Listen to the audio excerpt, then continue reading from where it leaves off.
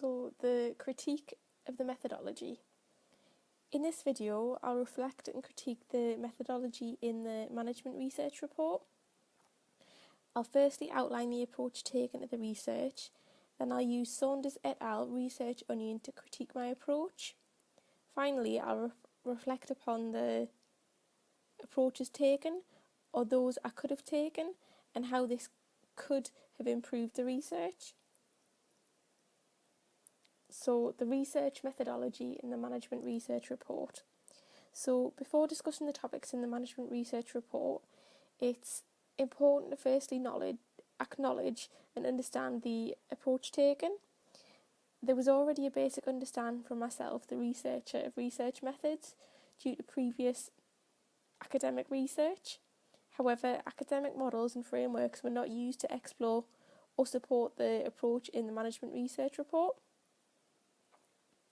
So, an inductive approach was taken as opposed to a deductive approach in the management research report. The reason for this was so people's perceptions could be explored to understand if barriers towards women did exist within Tesco Bank. The research didn't start with a theory, more of a desire to collect and interpret data to formulate a theory about what was happening. So, following that, it was established that a qualitative approach was to be taken to explore personal meaning and understandings, and that would draw from that person's experience. So the reason for that was to find out what was happening within Tesco Bank. And one advantage of that approach was that the study could be flexible and adaptable to change. Therefore, when the research was being carried out, if new data appeared, it was possible to explore the reason why.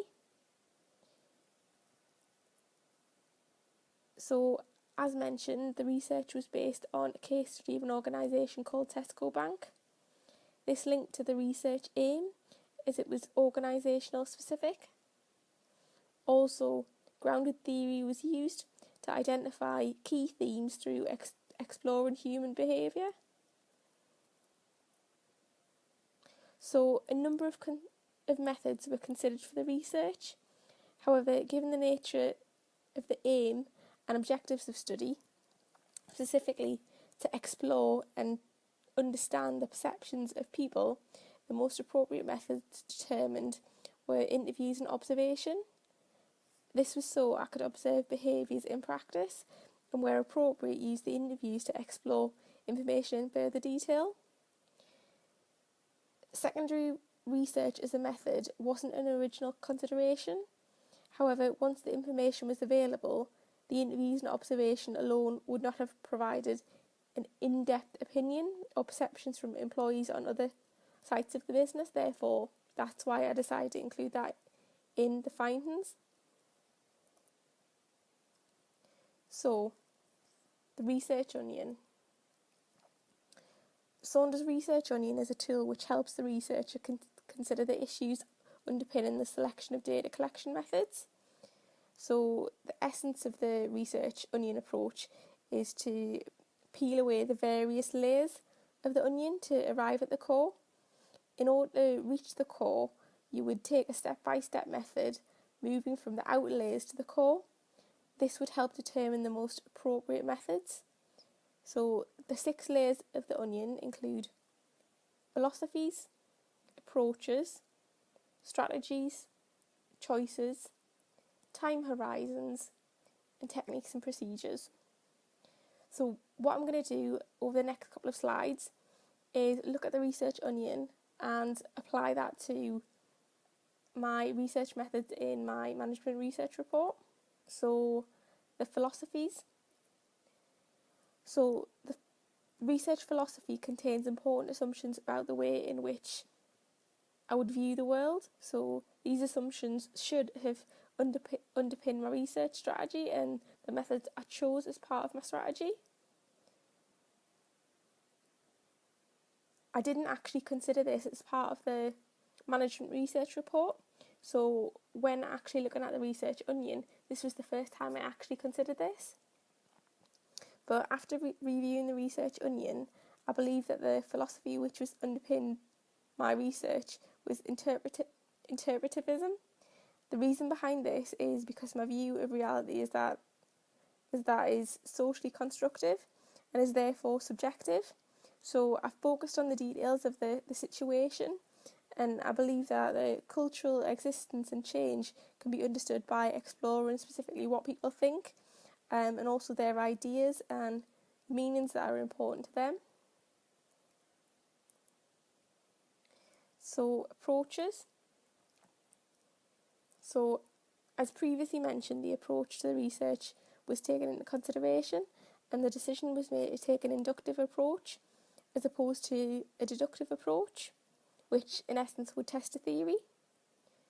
The research didn't start with a theory, as it sought to understand what was happening specific to the organisation, as opposed to leading to generalisations already established in the subject area. This allowed for a flexible approach to be taken through the data collection and interpretation. This allowed me to explore what was happening specifically within the host organisation. So, strategies. There were a number of strategies applied within the research. The first, as already mentioned, was case study. So the reason for this was because the research was an extensive study of a host organisation, and it sought to understand the issue in a real-life context. So the second strategy applied was grounded theory, and that was used to explain behaviour and build a theory. So data was collected from observation, and I was able to generate a theory from that. So although generating new theory is still grounded by existing theory,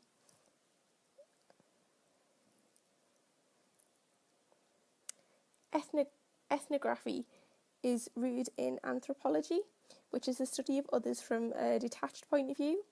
However, ethnography requires the researcher to be a part of the community or situation they are researching. This may be time-consuming for the researcher to achieve full integration in the social scene, to experience and document long-term changes in actions and opinions.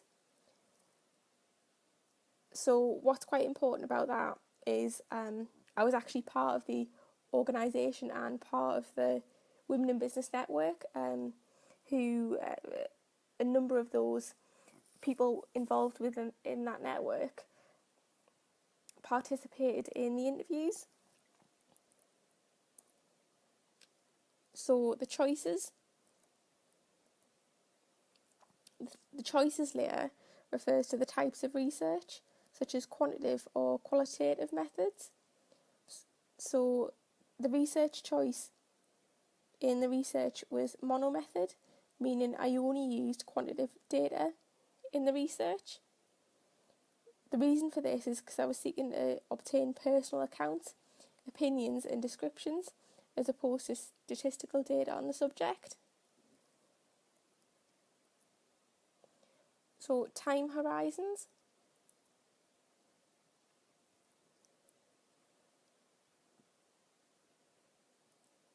So the time horizons layer refers to the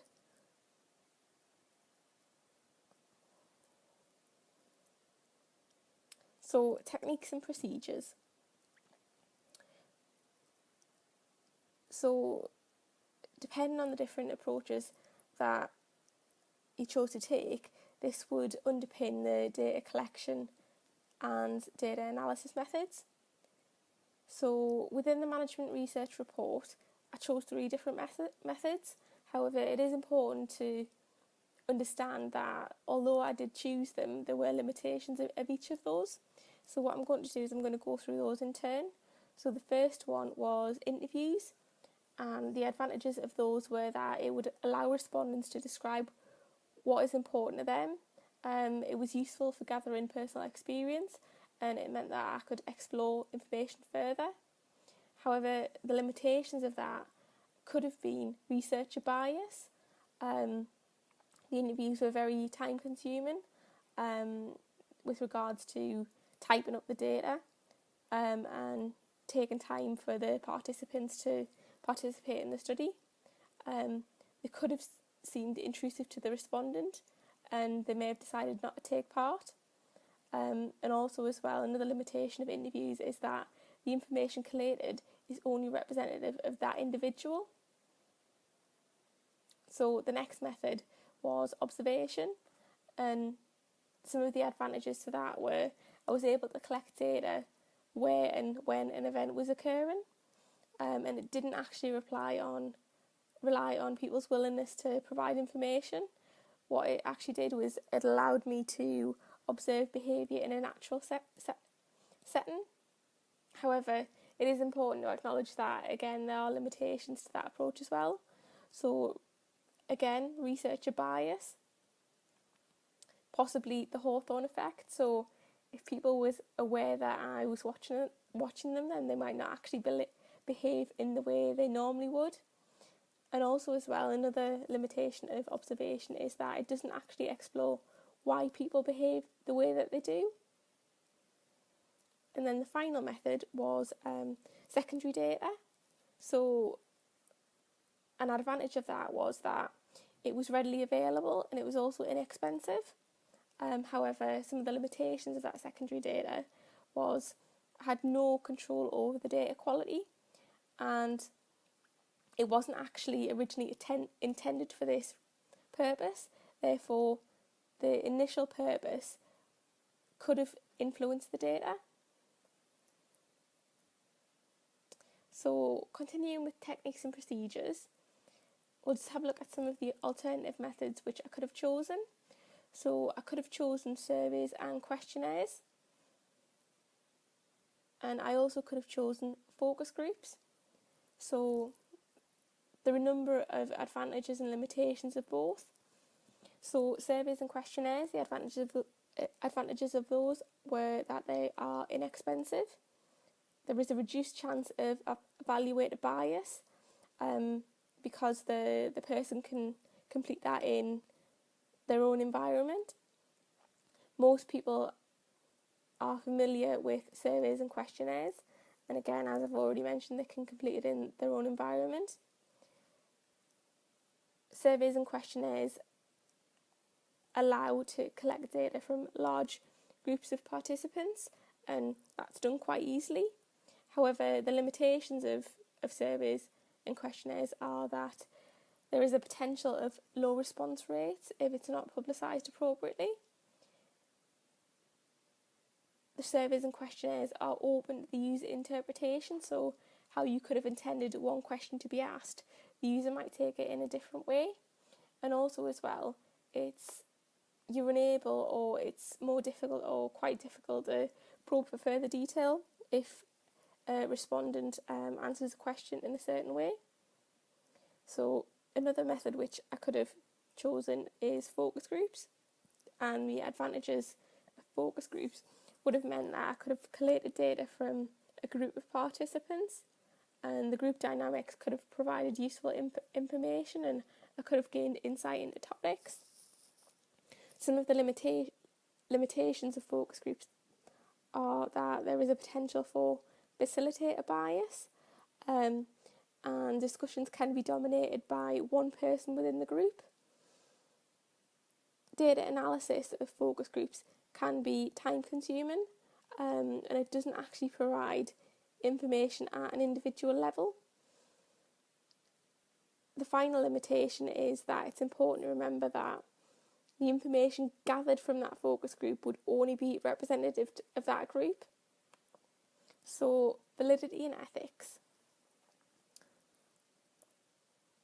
Full consideration was given to the ethics of the research, and permission was sought from both the organisation and the participants prior to the study commencing. And what you can see in the middle of the screen there was the information sheet which I gave to all of the participants, and the consent form which they signed to say they were happy with me using the data and they knew what it would actually be used for.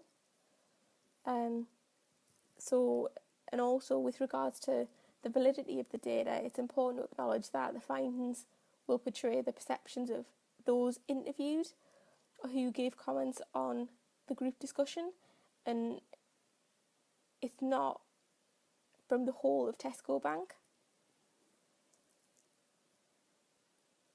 So, reflection on the research methodology in the management research report. So, the approach that I took was logical to some degree, however, no considerations were given to the research philosophies. So, one of the key findings from the research methodology was how open the participants were in sharing information. And I guess another thing which I found out from the key findings was that you can have your data collection methods ready and something else comes along. So for example, the secondary information came along and it was useful to use that as well. So the limitations of the research methodology was really my knowledge of the research approach and the strategy impacted the analysis of the data. So for me, it would have been useful if I had have actually understood the research onion before undertaking my data collection and choosing my data collection methods. So reflecting on the situation, focus groups and questionnaires could have been a starting point for the research, followed by interviews.